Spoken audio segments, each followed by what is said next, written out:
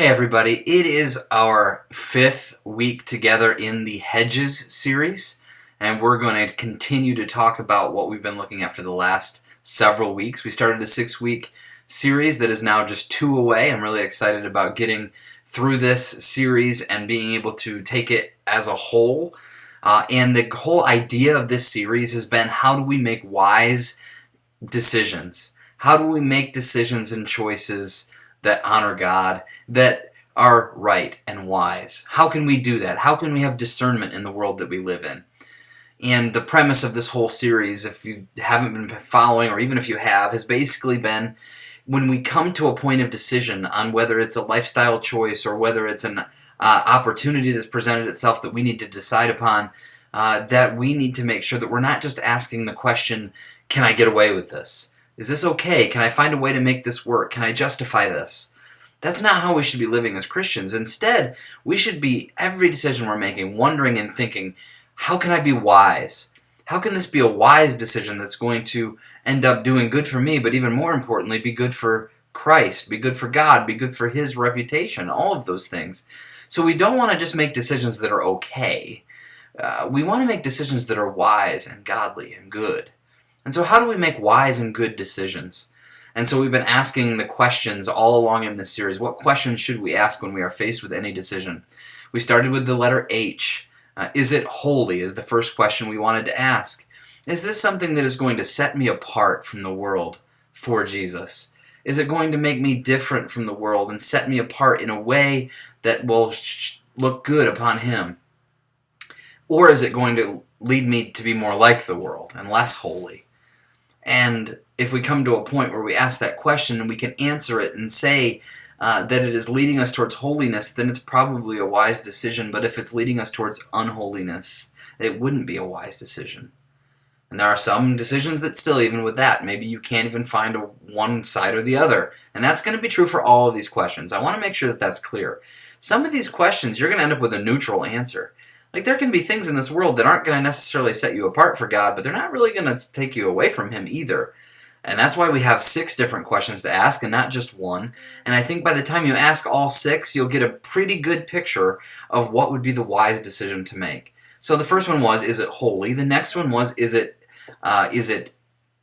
edifying or is it evangelistic? That's talking about, is the decision that you're making going to build you up? Is it going to build others up to know Jesus more? And is it going to lead people who don't know Jesus to Him? So really the crux of the question is the decision you're going to make lead people towards Jesus, or is it going to lead people away from Him? And so again, obviously, if it's going to lead people towards Jesus, it's probably wise. If it's not, then it's probably unwise, and maybe it's in the middle. The next one we looked at was, is it doubtless? Now this one's usually one way or the other. On a doubtless thing, if you are making a decision, but in your heart, in your mind, you know that what you're doing just doesn't feel right, there's a good chance that's the Holy Spirit using your conscience to tell you that that's not a good decision. And we talked about how it's really wise to listen to our conscience almost all of the time if our conscience has been informed by the Word of God and that we're being led by the Spirit of God. If those 2 things are true, then if we feel weird about something, if we feel doubt, we shouldn't do it. And that is the wise decision to make. And then we looked at G last week. Is what you're discussing, deciding, thinking about, whatever you choose to do, will it be glorifying to God or glorifying to yourself? And there's lots of things that this might fall into, but is the decision you're going to make God look good, or is it being made so that it makes you look good? That's a question we have to ask, and it can drive us and lead us towards making a wise decision. And so today we find ourselves in the 5th letter of our H.E.D.G.E.S acrostic, and we are into our second E. In our second E, the question we're going to ask is it eternal? Is it eternal? This is a tough question, because to be honest with you, we live in a world that we see, and we don't see eternity. You know, the idea of the eternal is something that's outside of this temporary world that we live in, something that is so much higher and greater and better than we can even imagine. You know, we talk all the time about, as Christians, we have eternal life, that we are going to live forever with Jesus. And that is a truth that we can cling to and find hope in. But it's also something for us to understand that right now, we're living in eternal life. It's not just coming, it's already started and will continue. And so therefore the way we live should have eternity in mind. That we should be looking to what's eternal, what's important, what really matters, what's going to last forever, and not just what's temporary.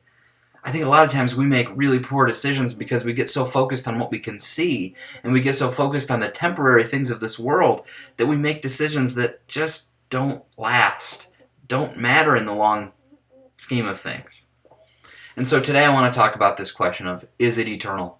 Is the decision that you're about to make, is the thing that you're struggling with, however you end up deciding to go, whatever that choice is it eternal in nature or is it temporary in nature? And that's what we're going to look at today. And there's going to be some things I'm going to talk about because this is a really tough one. Because if we continue to always think, well, what if it has to do everything to do with eternity, then we'll never do anything that is temporary. And that's not the point either. But the point is, what is our primary motivation with the decision that we're going to make? We'll get there in just a few minutes, but let's read some verses as we think about this idea and this question today. In Colossians chapter 3, Paul is taking some time to tell the church at Colossae what is most important for them to consider and to think about.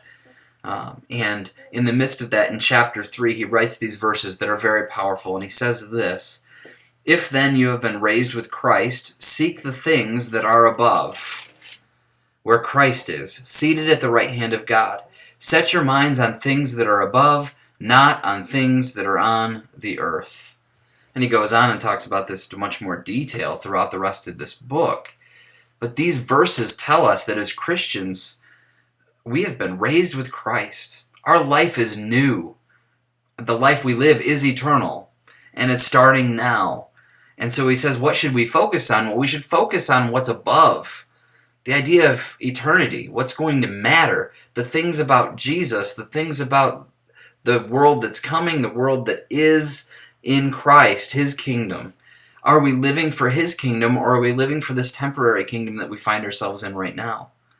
It says, set your minds on things that are above, not on things that are on the earth. So the decisions we make, so many times we do make based on what we see, what we feel, what's right here, right now. But sometimes those decisions aren't wise because they're so temporary and fleeting. So what type of decision might that be? Because it's easy to say that, but what does that really look like? I was trying to think of a good illustration for this, and I think a really good illustration of a decision that all of us have had to probably make at one point or another is about a job. You know, we're trying to make a choice of where we're going to work, how we're going to support our families, how we're going to support ourselves. And a lot of times, the decision that's made when it comes to working is, how much money can I make? How is it that I can provide best for my family? And let me just say, that's not a bad question to ask. That's not a bad motivation to want to make money to be able to support your family. That's a good thing. We're called in Scripture to work to provide for our household. So I'm not saying that line of thinking is wrong. However, if we think about what we're willing to give up to get that money, that's where the decision process needs to start being looked at. So, for instance, if you have an opportunity to work at a job that is going to take you away from being able to worship God with your family at church, then now you're making a decision between a good job that pays good money and a job that might take me away from worshiping with my family at church and with my blood family. That might not be a wise decision. Before I became a pastor, I worked like many of you. I wasn't in the church. For a while, I was pastoring and working outside the church. And I remember that it was right from the very time that I applied, I had to make the decision to tell my bosses, I'm not going to be able to work on Sundays. And it was hard to do. I didn't think I'd get the job because of it. I was at a nursing home, and they basically said you need to be available all weekends. And I told them it wasn't going to happen. I prayed, and I actually ended up getting the job. And it was a wonderful job that I had. I was able to provide for my family, and I didn't have to compromise the time that I had at church. But that doesn't mean that that's always the decision that's made. There's a lot of different things that might play into it. Maybe you might not be around on Sundays, but you'll have opportunities to do home groups. Maybe you'll be able to find other opportunities to worship with the church. And so I am not saying that you should never, ever take a job that you might have to work on a Sunday. Maybe for some of you that is a conviction. It is for me, to be honest with you. Now, I work on Sundays, I get that, but you know where I'm going with this. If I am ever in a place where I need to have another job, Sundays are going to be a non-negotiable for me.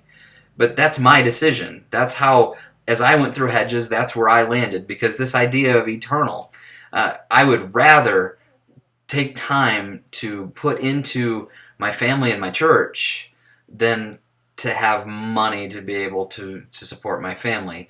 Not that the money's a bad thing, but when the money took precedence over other things, I think that's something to consider.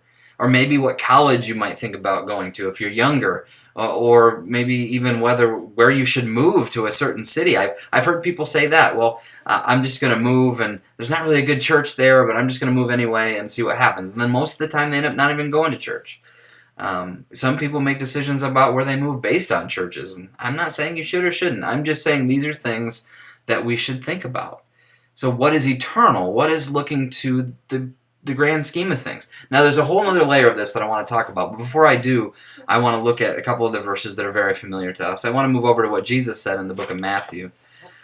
The book of Matthew, chapter 6, verse 19 is where we're going to start. And you guys know these verses, but this is something that should inform our decision-making on every decision we make. It says this in verse 19, "Do not lay up for yourselves treasures on earth, where moth and rust destroy, and where thieves break in and steal. But lay up for yourselves treasures in heaven, where neither moth nor rust destroys, and where thieves do not break in and steal. For where your treasure is, there your heart will be also." Jesus was very clear with his followers at the time when he was teaching this, and we're his followers today, that we need to make sure that the decisions that we're making in this life are not to heap up treasures here. Temporary wealth, temporary pleasure, temporary things that are just going to pass away. If we spend all of our effort and all of our time and all of our focus on those things, we're missing out on what's important.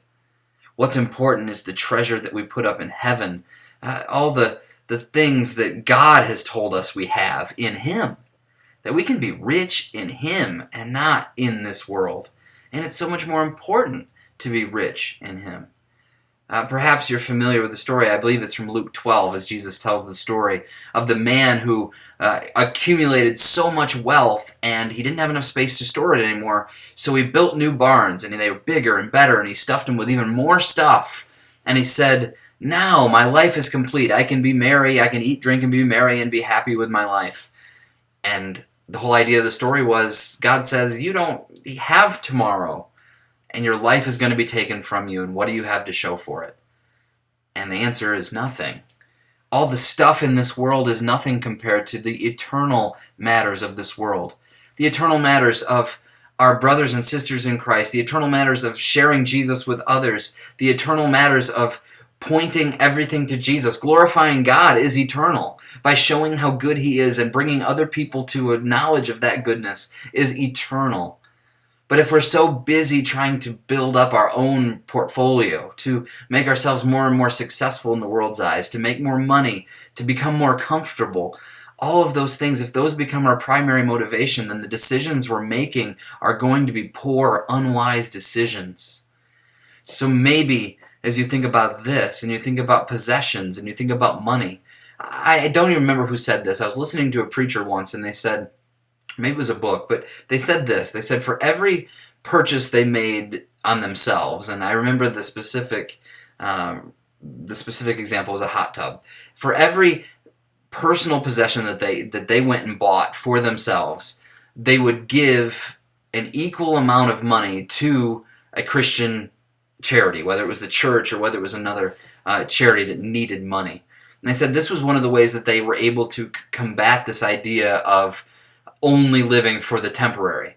So in other words, if they needed to save up money for something that was $1,000, they wouldn't just save up $1,000, they would save up $2,000. So then $1,000 would go for the item that they were purchasing, and $1,000 would go towards a Christian mission or organization. I think that's a really cool idea. I don't do that, I haven't done that, but that might be something that kind of resonates with you. So when you're making decisions on what you're going to buy, what you're going to use your money and your resources on in this world, this is kind of where Jesus is talking about this treasure on earth. We can buy a whole lot of stuff, or we can work a whole lot to get a whole lot of money, but that's not what lasts. I've been struggling over the last month or so. I wanted to buy a new golf club, and it was only like $40, but I knew that that wasn't $40 that was in the budget for me to spend, and I knew it would be a selfish purchase.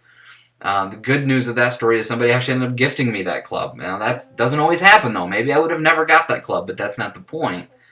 I had to make the decision, you know what? This club is just temporary. It doesn't matter. And not that you can't buy a golf club. Don't get me wrong. I really don't. I want us to understand that these Hedges questions we're asking are not always going to be answered the same by every single person. But whatever we are deciding to do is we ask the question, is it eternal? If we're finding ourselves making decision after decision after decision that is more based on what we can accumulate here as opposed to what type of things we can push forward into eternity, like I said earlier, with our brothers and sisters in Christ, by preaching Jesus to others, by putting Him first and not our own pleasures and our own materials, then that's wisdom. Wisdom is making choices that are pointing towards eternity. The final verses that I want to talk about as we kind of end this idea, and then maybe we'll talk a little bit more about some specific examples. But in the book of 2 Peter, reminds us something about this world, reminds us of something about this world that we need to remember as we think about any decision we make. In 2 Peter, chapter 3, verses 10 through 13, this is what we read. But the day of the Lord will come like a thief, and then the heavens will pass away with a roar, and the heavenly bodies will be burned up and dissolved, and the earth and the works that are done on it will be exposed. Since all these things are thus to be dissolved, what sort of people ought you be in lives of holiness and godliness, waiting for and hastening the coming day of God, for which the heavens will be set on fire and dissolved, and the heavenly bodies will melt as they burn? But according to His promise, we are waiting for a new heavens and a new earth in which righteousness dwells. This is a verse that is actually meant to encourage us on how we should live today. That our decisions should be based on eternity because everything else is going to be dissolved. It's going to fall away. Jesus is creating a new world, a new heavens, a new earth where all that we accumulate here doesn't matter.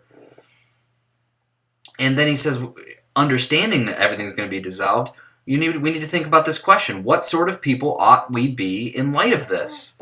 We should be holy and godly. And those are the decisions we should be making. Holy, godly, wise decisions that will last, that matter, that point to Jesus, that are centered around God and who He is, and not centered around us and what we want. Those are the decisions that we need to make that are wise and good.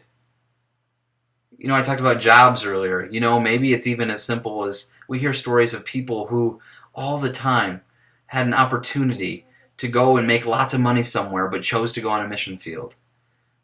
One of my mentors growing up, some of you know him, Mr. Wes Aram Sr. He just passed away just this summer.